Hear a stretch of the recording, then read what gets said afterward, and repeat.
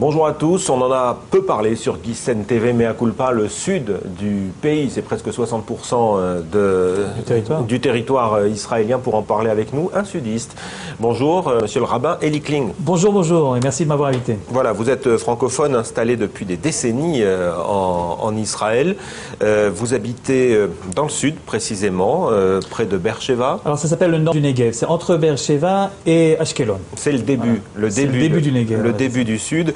La région du Negev, elle continue à se situer au centre de l'agenda politique israélien concernant le développement du pays grâce à de nombreux programmes, notamment. On a parlé de la reforestation du désert, d'implantation de nouveaux immigrants, et c'est là précisément que vous intervenez, puisque vous dirigez une institution pour jeunes filles, Chemdat Adarom. C'est une année préparatoire universitaire. On va en parler peut-être tout à l'heure. Auparavant, est-ce qu'aujourd'hui on peut dire que le sud, comme la Galilée, plus au nord, c'est une des régions de moins en moins oubliées en écoutez, Israël? Si j'en juge par ce qui se passe près de chez nous, c'est-à-dire à Netivot, bon, Netivot, c'est pas non plus le centre du Negev, on est à 1 heure de Tel Aviv, 1 heure et demie de Jérusalem. Enfin, si j'en juge par ce qui se passe là-bas, c'est vrai que depuis quelques années déjà, on assiste à un grand développement de la ville. C'est maintenant une petite ville de 30 000 habitants. Il y a là-bas tout ce qu'on peut trouver dans une ville moyenne, depuis les cafés à la mode, les restaurants et les magasins de mode aussi, etc. Donc et puis il y a un taux de, contrairement à ce qu'on a en général l'habitude de croire, le taux de chômage est le même que celui de la moyenne nationale. Et bien que ça soit encore appelé une ville périphérique. Voilà. J'ai dit tout à l'heure nouveaux immigrants, on a vraiment envie de parler d'eux aujourd'hui dans cette émission et du développement du Negev. D'abord, Est-ce que c'est un slogan de dire que les nouveaux immigrants commencent maintenant à s'intéresser, à être dirigés vers le nord et le sud? Est-ce que vous les voyez, vous? Moi, je les vois. On n'est plus vraiment à l'époque, on pouvait, comme vous le savez, diriger les immigrants. Les immigrants viennent et habitent là où ils ont envie d'habiter. Mais c'est vrai qu'on en voit de plus en plus. Chez nous, de temps en temps, on se retourne parce qu'on entend parler français dans un grand supermarché de Netivot, et on voit en effet qu'il y en a de plus en plus, des têtes qu'on ne connaissait pas à l'époque. Je crois que c'est surtout depuis 6-7 ans. Et alors vous y avez contribué, et vous allez nous expliquer modestement. Pourquoi. Modestement, mais vous avez contribué à repeupler le Negev de francophones. Oui, alors nous, ça fait maintenant 17 ans, sur un très très joli campus universitaire, on a créé une section francophone. Pour jeunes filles. Donc c'est des jeunes filles qui viennent d'avoir leur bac en général. Certaines ont déjà fait 1 an ou 2 ans d'études universitaires. Enfin, c'est disons entre 18 et 22, 23 ans. Donc des jeunes filles qui viennent pour se préparer à la vie en Israël.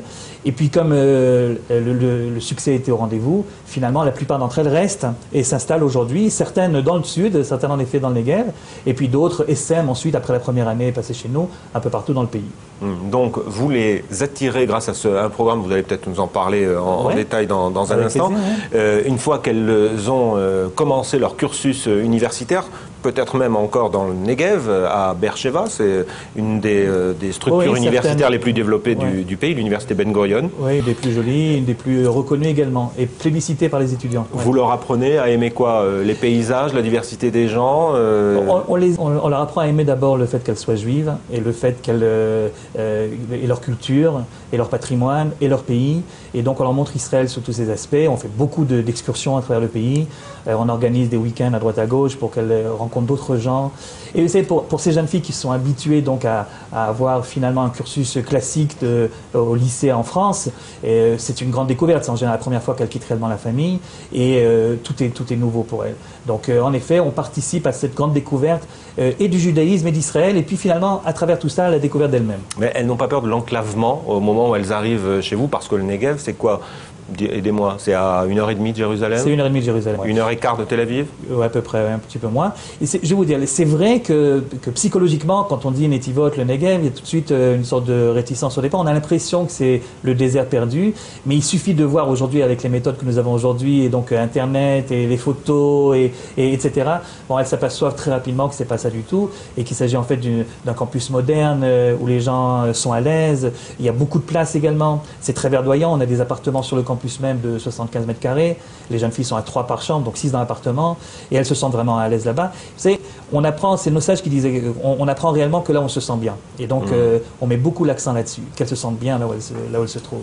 Pardonnez-moi cette question, mais on pose toutes les questions ici. Allez-y. Vous êtes loin de la bande de Gaza, il n'y a pas un problème sécuritaire à l'endroit où vous vous trouvez? Et on n'est pas très loin de la bande de Gaza, on est toujours proche de quelque chose d'un petit peu dangereux dans le pays. C'est un tout petit pays qui est, comme vous le savez, on est toujours proche de quelque chose. Mais enfin, disons comme ça, en temps normal, non. C'est-à-dire, c'est vrai que nos voisins ont moins de chance que nous, et je ne sais pas pourquoi, il faudrait leur demander, mais nous ne sommes pas sur la ligne de tir, et donc depuis des années, nous vivons tranquillement là-bas sans que... 8500 roquettes, aucune ne vous a visé? Pas chez nous. Non, pas chez nous. Très bien, donc on a mis de côté l'enclavement, la sécurité. Il y a une difficulté pour les francophones, comme pour tous ceux qui viennent de l'étranger, de s'intégrer ici dans le cursus universitaire. Pourquoi choisissent-elles de venir chez vous plutôt que dans les structures préparatoires traditionnelles? La structure préparatoire d'abord est obligatoire, elle est incontournable parce que, bon, même si on a fait de l'école juive en France, on a besoin, ne serait-ce que pour l'apprentissage de la langue, une chose est de se débrouiller dans la rue en hébreu et une autre chose est de savoir soutenir un cours universitaire. Donc pour l'apprentissage de la langue et également pour les fameux tests psychométriques, je ne sais pas si vous avez déjà eu l'occasion d'en parler sur Guyssen, enfin les tests psychométriques c'est les tests d'entrée dans les facs en Israël et on a besoin de se préparer ces examens-là. C'est ça, en Israël on ne rentre pas sur dossier de baccalauréat, mais il faut compléter cela. C'est un petit peu à l'américaine comme ça, chronométrique, etc. Un petit QCM, il faut se préparer pour ça. Et donc, c'est vrai que chaque grande université a sa Mechina, on appelle ça en hébreu, donc son année préparatoire. Mais nous avons la nôtre depuis donc 17 ans maintenant, pour deux raisons. D'abord parce qu'on leur donne ce qu'à la fac on ne peut pas donner, même avec la plus grande bonne volonté du monde, c'est l'encadrement.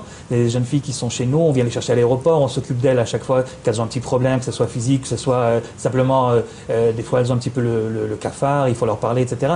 Donc il y a toute une équipe qui est autour et qui s'occupe de tous ces petits problèmes administratifs ou plus que cela. Et puis on met beaucoup l'accent sur l'orientation également. Et puis je vais vous dire, le deuxième avantage qu'on n'a pas à la fac, c'est le côté renforcement donc, de la culture juive. Il y a beaucoup de cours dispensés qui sont des cours de judaïsme et qui permettent à ces jeunes filles de comprendre davantage pourquoi elles ont fait le choix de venir en Israël. Vous nous avez amené des images, je crois.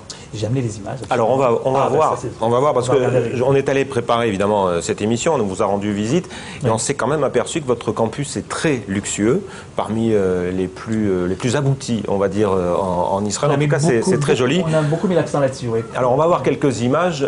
Voilà. Alors ça, ce que vous voyez, c'est un cours à l'extérieur. Donc ça, c'est le campus même. Les petits appartements que vous voyez sur la gauche, ce sont les appartements. C'est le campus du Club Méditerranée, là. C'est le grand campus du Club Med. Non, il vaut mieux en effet se réveiller et avoir les palmiers dans les yeux que d'avoir, vous voyez, les... Oui, parce que vous n'êtes pas seul, vous êtes au milieu d'un grand campus israélien. Ouais. Alors il faut dire également que ce n'est pas un ghetto français, donc il y a des jeunes filles israéliennes qui évoluent autour de nous et qui, elles, se préparent en général au métier de l'enseignement. Et là, on voit les fameux appartements. Ouais, alors ça, c'est juste la cuisine équipée avec le petit séjour. Et il y a donc 2 chambres tout autour où elles sont donc à 6 dans l'appartement. Là, c'est dans les alentours de votre juste campus. À côté, à 5 minutes, on a la chance d'avoir des coquelicots de temps en temps, comme ça 15 jours par an. Donc évidemment, on va pique-niquer à ce moment-là. Petit côté agricole, on est dans le Negev. Oui, voilà, avec le rabbin qui met la main à la pâte. On revient, c'est toujours les mêmes palmiers. Ça, c'est toujours les mêmes palmiers, vu d'un autre côté, mais c'est la même chose. Et ça, c'est les excursions. On fait beaucoup on profite, si vous voulez, du fait qu'elles viennent chez nous pendant un an pour leur montrer Israël du nord au sud et les amener un petit peu partout. Là, c'est évidemment du côté d'Elat. Et ce qu'on a vu tout à l'heure, c'était plutôt du côté de la mer Morte, je crois. Voilà, donc on a 3 grandes journées d'excursion dans l'année. On passe des week-ends un petit peu à l'extérieur. Voilà, alors ça, c'est très important. Ça, c'est pour les 15 ans. Donc il y a 2 ans maintenant.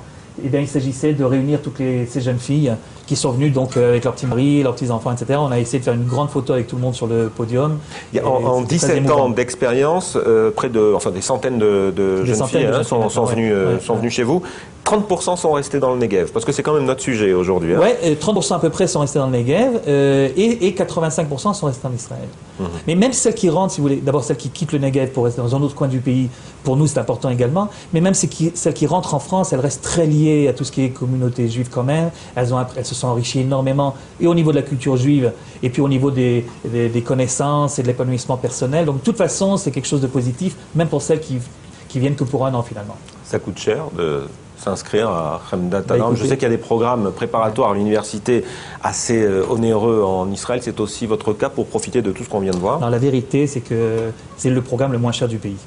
Alors, parce que le principe est qu'on n'a jamais refusé quelqu'un pour des problèmes d'argent.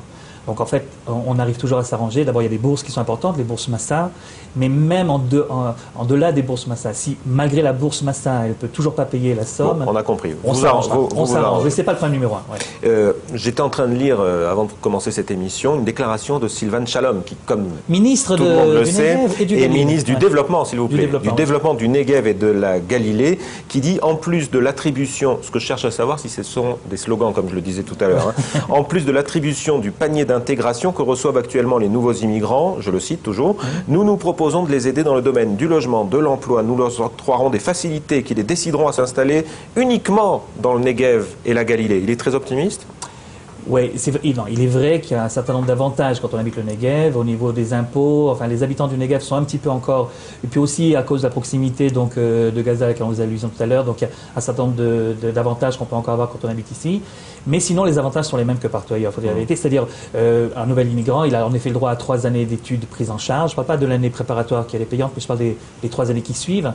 Et ça, c'est important, c'est que les études en Israël coûtent cher. Et en effet, le fait que, mais ça fait déjà des années, que le gouvernement permet donc de leur payer les études, c'est important. Et puis il y a le fameux panier d'intégration qui aujourd'hui, j'espère que ça restera encore quelques temps comme ça, s'élève quand même à 3 000 € dans l'année. Voilà. Bon, merci Monsieur le ministre. Et ses prédécesseurs, oui, on a bien compris. Ça, merci enfin, d'être venu. Je profite de l'occasion pour l'inviter d'ailleurs, s'il voit cette émission. Il nous regarde. Sur le campus de régulièrement. On le recevra avec tous les honneurs qui lui. Très beau campus, donc Remdat Adarom dans le Negev. Et il y a encore de la place pour tout le monde. Voilà. Et puis si le sujet vous intéresse, vous êtes invité à bien noter sur internet remdatadarom.com. .com, c'est le site de Remdat, absolument. Voilà, vous aurez d'autres commentaires, d'autres photos, des réactions, et puis tout le programme. Peut-être aussi ceux qui ont décidé d'aller visiter tout simplement le sud d'Israël. Merci d'être passé nous voir. Merci à vous de m'avoir invité. Excellente journée shalom à tout le monde. Et bon retour dans le sud. Très bien. Ouais.